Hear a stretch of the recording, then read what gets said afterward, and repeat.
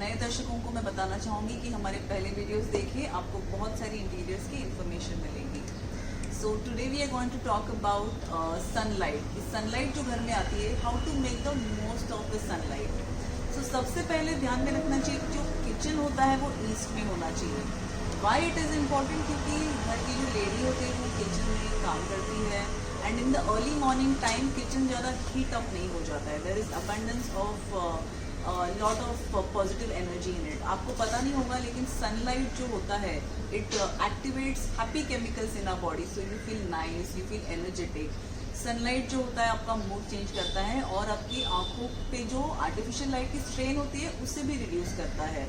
So definitely put the kitchen in the east. उससे क्या हो जाता है कि जो खाना बनाती है lady in the morning, kitchen heat up नहीं हो जाता है and she is comfortable over there.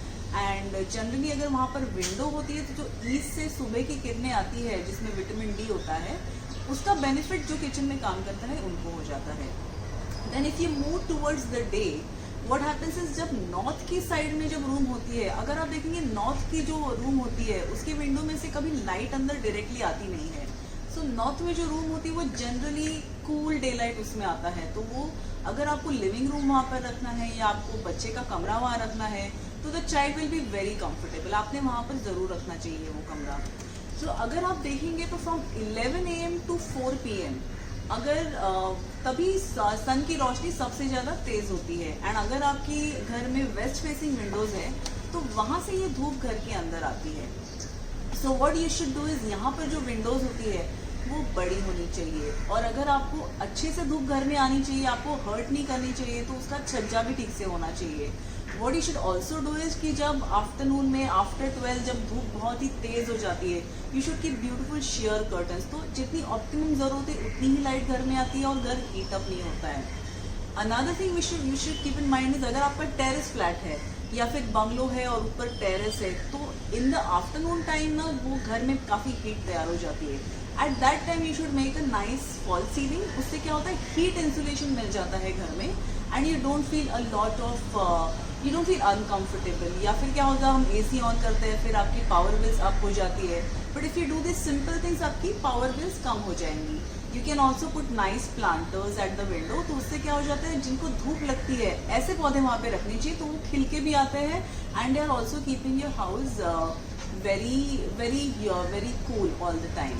Another point which I would like to say is that you should when you keep the windows large, window के side में adjacent wall पे अगर आप mirror रखेंगे तो डायरेक्टली सनलाइट उस पर bounce हो जाती है। और वो ज़्यादा बाउंस कभी होगी जब आपकी दीवारों पे जो कलर आप लगाते हैं, जो पेंट करते हैं, वो भी अगर आप लाइट कलर के करोगे तो ये जो सनलाइट आती है घर में वो डायरेक्ट रिफ्लेक्ट होकर डबल होने वाली है।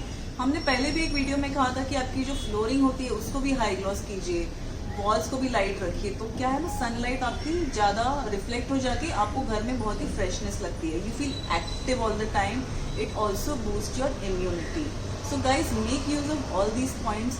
हाँ, most important thing also I forgot to mention, you have to have a skylight in your house if possible.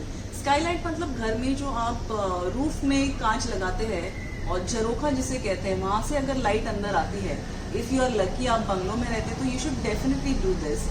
So that is another way of increasing the coming sunlight inside your house. So definitely everybody should take in a lot of sunlight in today's time when we all have to be very healthy. Government तो बार बार कह ही रही है कि vitamin D होना चाहिए सब में, हम लोग इग्नोर करते हैं हेल्थ को। So definitely enjoy the sunlight. आपके घर में सनलाइट कैसे आ सकती है देखिए, हमारे टिप्स का इस्तेमाल कीजिए। Follow us on Instagram, read our blogs and love you lot. Bye bye.